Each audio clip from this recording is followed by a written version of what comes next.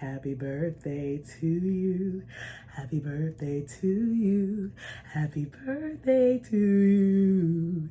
Happy birthday to you. My birthday wish for you is that you live on purpose. Remember God's presence and be all up in his plans, and watch how that little small thing grows into a big tree in your life.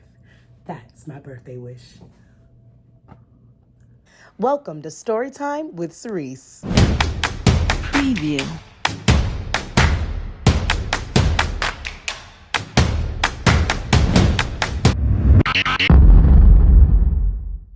And now, let's all welcome your host, Sirece Thomas.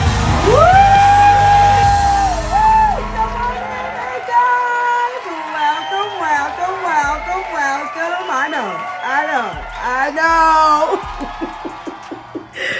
know. Well, what can I say? I mean, did I do too much? I mean, we are just 24 hours away. This is my last day of chapter 37.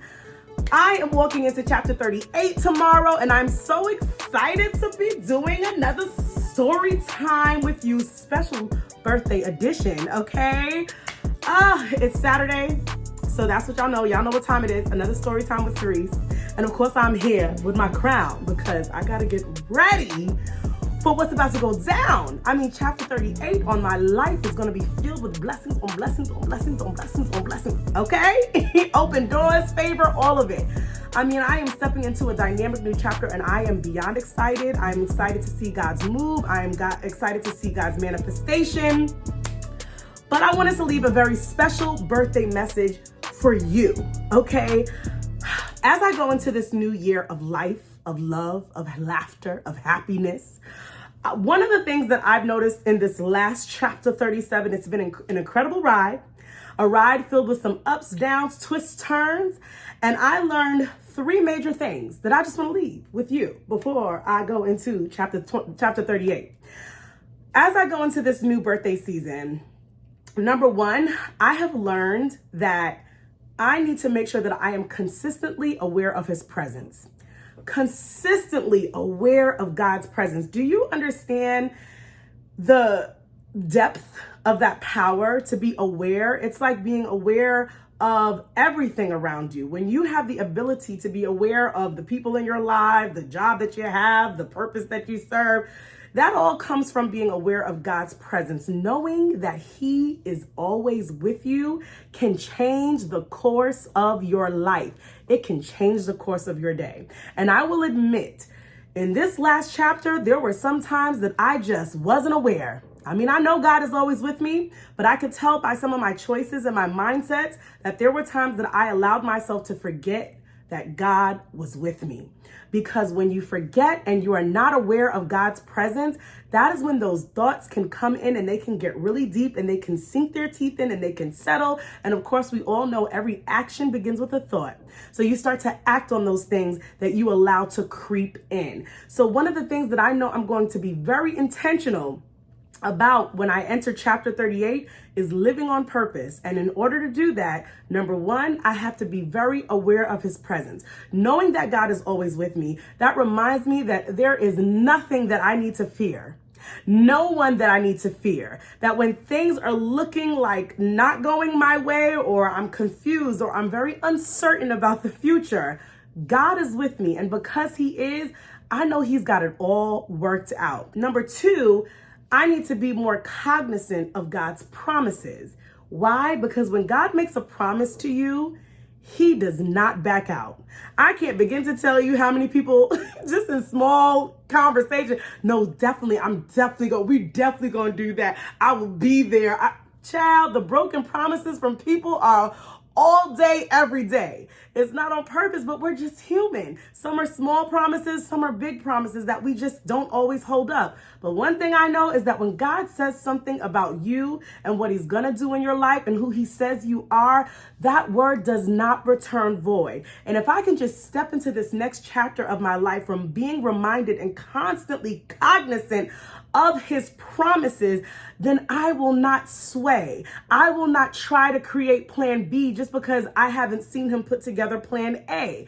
I will literally remember that what he told me is going to come to fruition. Now, it may not happen when or how I'm looking for, but I do not need to doubt. I do not need to get downcast, and I do not need to fret. And I want to encourage you to do the same.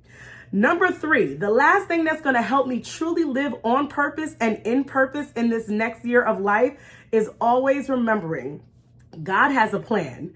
You ever get to a place where you're just like, child, forget it. I don't know what's next. I had a plan and it all came to, all right, it all just fell apart.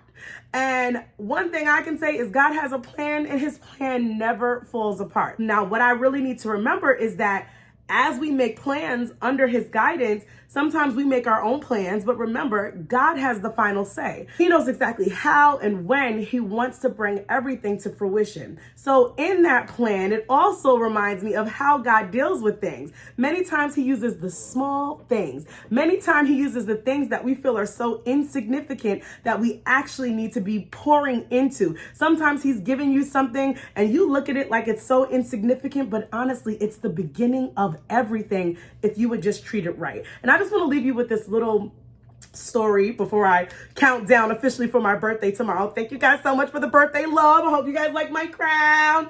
I'm just fixing my crown in 38. I'm not going to have it crooked, not this year.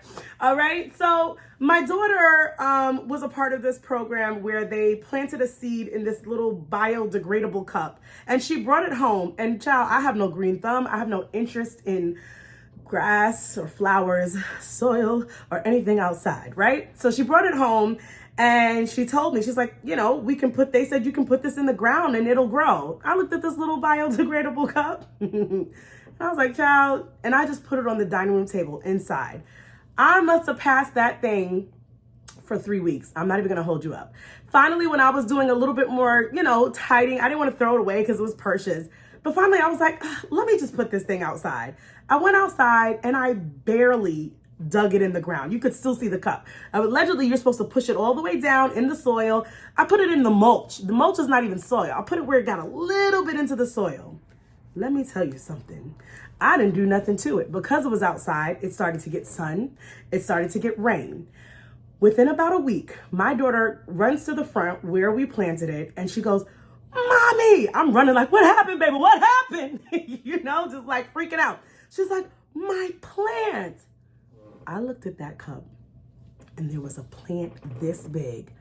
I was in awe because again, for me, I'm not a green thumb person. So I was very, very shocked to see any type of life come from this thing that, first of all, I had it indoors for 3 weeks. I just ignored it. And I was so in awe of this. I was just as excited. I said, look, Persia, you did it. You did it. Okay. Now, after about a week, I'm looking at this little green thing and I completely lost excitement, interest. Okay, we made a little plant. Within another 2 weeks, the plant turned into 3 plants. Then it turned into, now it is like the size of a little bush. And now it is starting to bud flowers. What is the lesson that I learned in this? I learned that sometimes God gives you these little things that you feel like that's not what I was asking for. I prayed for something big. And he's like, yeah, but this is just the start. And I want to see if you can handle this so that I can give you the big thing. Or I want you to know that this is how you get to the big thing. You got to be able to look at this and cultivate it. And because I took that little cup, I looked at it as insignificant. I didn't put it where it needed to be. It was at the wrong place. It wasn't getting any sun. It wasn't in an atmosphere when it could thrive. That's what happens to us. God will give you something and he will tell you to do something and you just think it's so insignificant. It could be a gift that you have. People are always telling you, you are so good at this. This is what you do. And you're like, yeah, that's just who I am. And you are brushing it off and you are not doing what God says. And if you just put that thing in the right place and you give it the right amount of care. Now, let me tell you this. All I did was put it in the right place. The rest God did. He watered it. He did that. Now he really wants to see us do that. After I saw what he did, I said, okay, now we water that plant every day. And also he wants to show you that even when something bears a little bit of fruit, don't get discouraged. Keep watering it. Because after a while, I was like, okay, we got a little plant from that. That's nothing. And I just didn't pay it attention. And God is like, no. I don't just always pour a bucket of fruits. Not all the time. He has done that in my life. But he's teaching me in this new chapter of life to really, really be grateful and acknowledge the small things and the small fruit, because those are the things that will turn into those big open doors. I want to encourage you for my birthday. I want to encourage you to remember that God has a plan for you. And even though you may think it's starting out really, really small, it is something that will literally change your life if you just put it in the right place and give it the right tools.